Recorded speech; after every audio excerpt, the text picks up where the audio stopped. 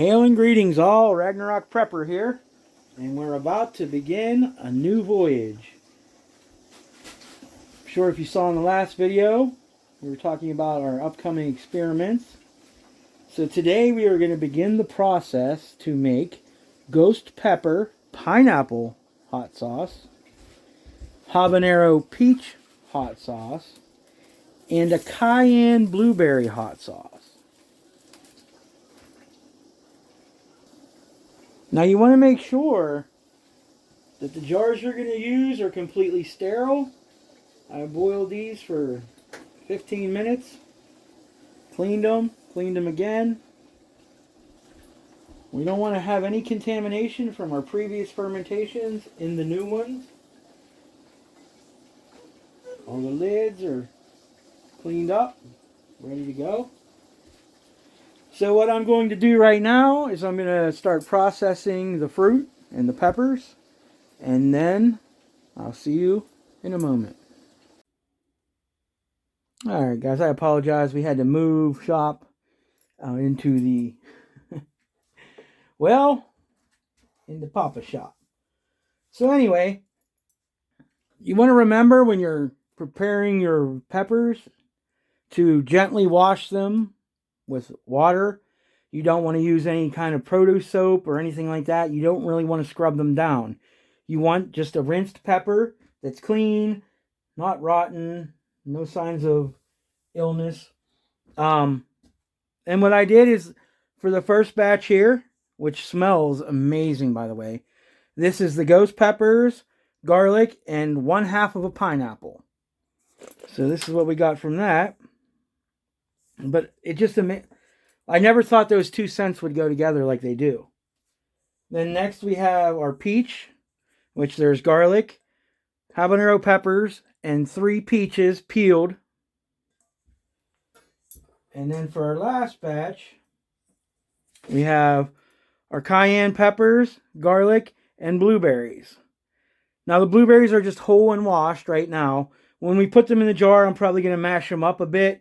We'll see how it works. The more surface area, the better, and more fermentation that will occur. So we'll probably muddle everything into place as it is. But let me go ahead. We'll get our first jar and we'll start here and work our way back. Alright, so here we are with our ghost peppers and pineapple and garlic. You want to make sure that you are wearing gloves. These ghost peppers are no joke. And if you don't wear gloves, you're going to know it for days. So I have my jars here, which I sterilized extremely well, just because, as I said before, we don't want any contaminants from our previous fermentations. So we're going to go ahead with our clean jar, and we're going to start putting the peppers and pineapple and garlic inside. And as you can see here, if you're unfamiliar with the ghost pepper, when I was talking about a thin wall pepper, you can see how thin the walls of the pepper actually are. That's why the amount of liquid extracted from the pepper itself is going to be less than if you used a thick wall pepper like a jalapeno or a bell, or even an Italian. As you can see, we're starting to get a little full here. We're going to start stacking it in there. Just pushing it down gently right now. I brought my faithful little wooden stick to help us out. I'm trying to make sure I get a good batch in here. We want to get as much as we can in the jar. Of course, I guess we could always do smaller batches too. I think I really like this quart size batch. That really seems to give you, at least 10 to 12 ounces as we saw before in our least experiment. So I'm just going to go ahead and jam this in here a little bit, scrush these up.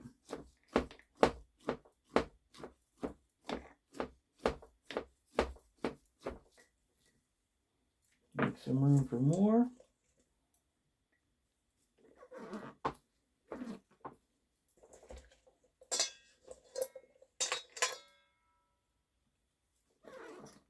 And just push them, pack them.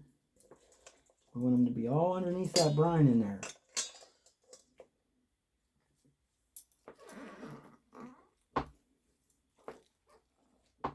Plus, as we're smashing it down in, we're increasing the surface area. We're also getting some of that juice out,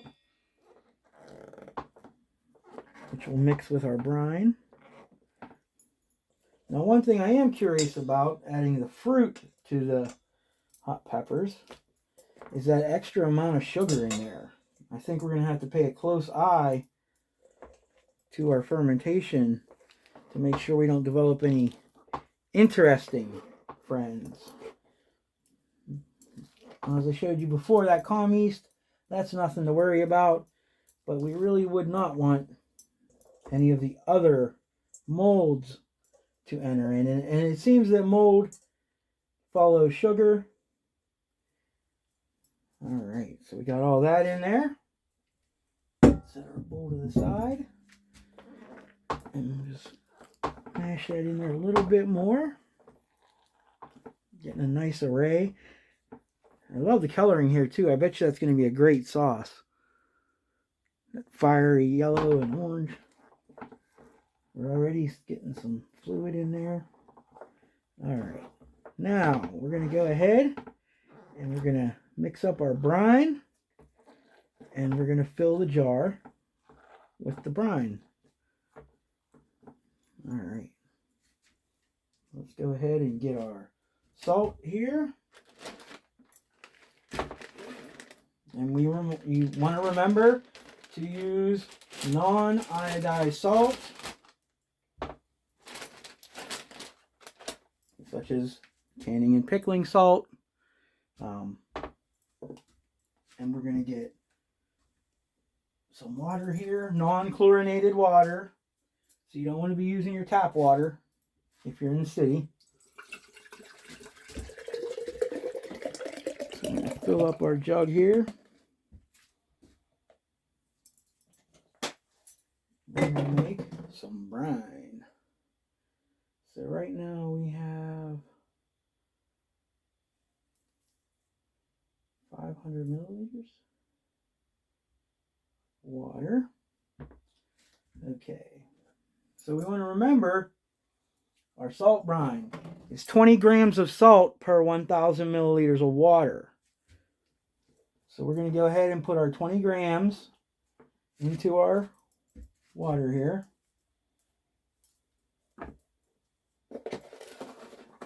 "20 grams would be 1 tablespoon, 1 teaspoon.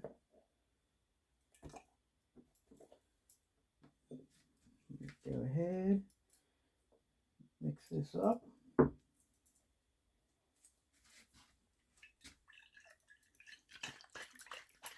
And make sure our salt is nice and dissolved in the water. Yeah, I'm using a portable system out here. That's all right.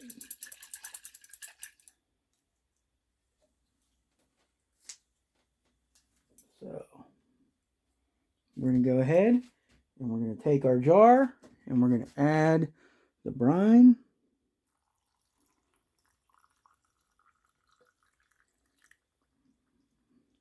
And we want to let that bubble up to make sure we don't have any air pockets in there that we could fit more brine in. So I'm going to go ahead and take our spoon and just kind of do like we do when we're canning. Let some air out, like so.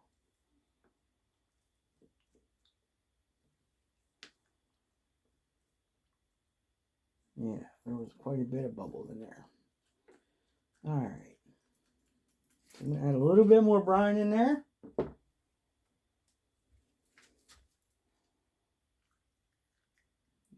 Just up to the bottom ring. And I'm going to grab my spring that was also sterilized. We're going to go ahead, set it in. Now remember, we want to make sure that it's pushing all the peppers down. We don't want anything up in the top, which is another reason why it helps to not cut small pieces of pepper. Like I've seen some that kind of chop everything up. Really, all you need to do is slice it in half. If you have any floaties, just pick them out. We got that in there. Let's go ahead and see if we can get our spring down. Oop. This is what got us. There we go. I think we're good there. All right. So we can see all of our peppers are under the brine by the spring. All right. The lid is sealed tightly. So we're going to set this one off to the side and move on to our next pepper. All right, so here's our Habanero Peach. We'll go ahead and get our next sterile jar. And we're going to do the same thing. We're going to mix this up in here. Get the peppers down in. And the peaches and the garlic. See, this one has an interesting smell too. Not as enticing as the pineapple one, but it's still yummy. It's all in here. And as you can see, like I said, I just halved the peppers. You know, habanero is another thin, not quite as thin as a ghost pepper, but they're still thin enough.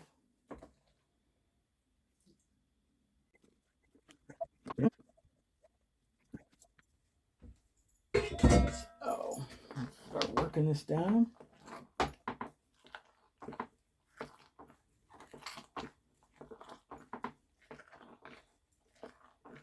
And make sure you change your gloves in between. If you're doing multiple batches of different flavors, obviously, we don't want the ghost pepper pineapple contaminating this habanero peach. Those peaches are really mashing up in there. They were extra ripe too. All right.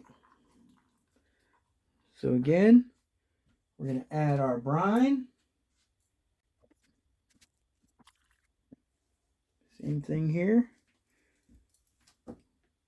Let the air out. Yeah, see, look at that. That was a giant burp there. We want as much of that brine in here as we can. Get that fermentation going. Go ahead and add some more.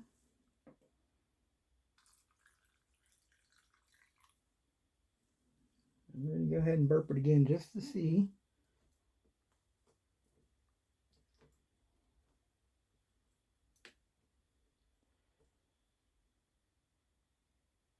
All right, I think that looks good. Excuse me. That burp bear was a little capsacious, I should say. So we have our spring. We're going to go ahead, push it down. Don't see anything sneaking back at us. Yeah, maybe one right here. All right. Lid on.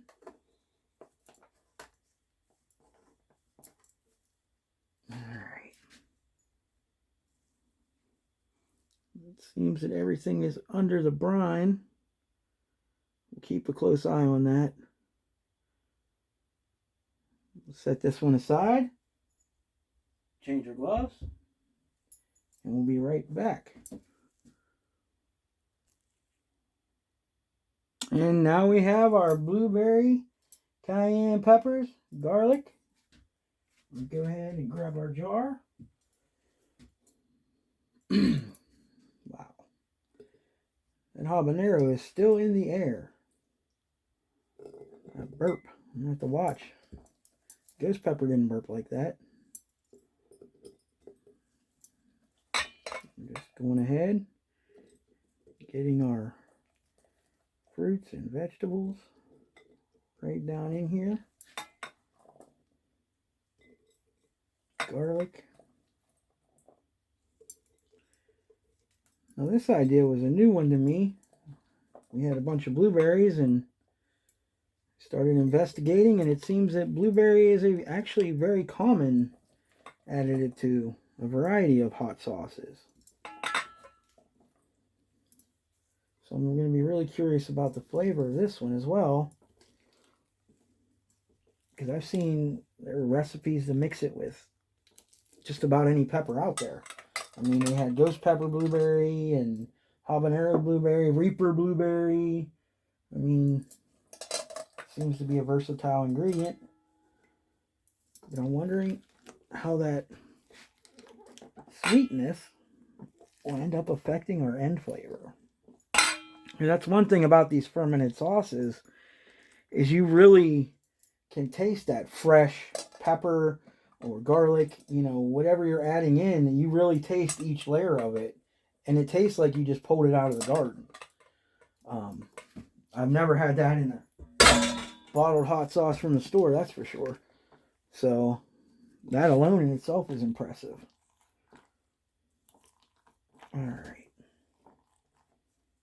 here we go. And I am kind of mashing some of the berries up, not too much. Just trying to make enough room.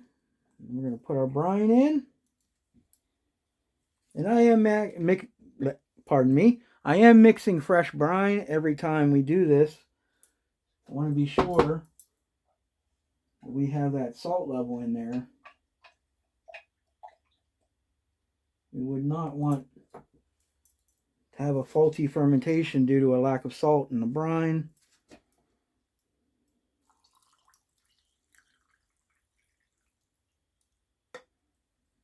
All right. So let's go ahead and burp this one.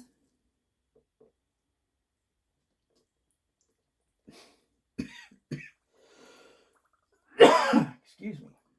Definitely want to turn their head when it's burping.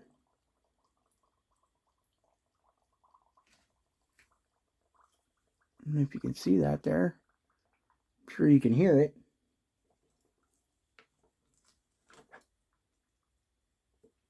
All right. Looking good here. All right. So we're going to go ahead, toss in a little bit more of that brine. All right. Now, springtime. I'm curious here with these blueberries, we'll be able to trap them all under the spring or not. Yeah, it looks like we did pretty good. Don't see anything floating up. Go ahead and grab our fermentation lid. Set it on top. Yep. I think we're a little off kilter. Yep. Where are we going there? Well, nope. Nope. There it is. Let's see if we didn't. No floating berries. But we already have that nice blue reddish tint to the water. All right. So let me clean this mess up and I'll be right back. So in review, we have our ghost pepper, pineapple, and garlic in the salt brine under the fermentation spring with the fermentation lid. Here we have our habanero peach garlic underneath the fermentation spring and the fermentation lid. And here we have our cayenne peppers, blueberries, and garlic underneath the fermentation spring with the fermentation lid. I love how you can see the light shining through the back here. Really illustrates those layers. And as long as the fruit and vegetables stay below the brine line, we'll be good. Now I'm curious here with the peach. As you can kind of see, the peach is really mashed up. It looks like it might be floating around in there. But we'll watch. It'll settle over days. We're going to go ahead and ferment these for 3 weeks again. I am going to pay a lot closer attention to them. Maybe check them twice a day. Just because I'm, concerned about the sugar level and what that may do with the temperature. But this is an experiment, right? So we'll live and learn. And until next we meet, be well.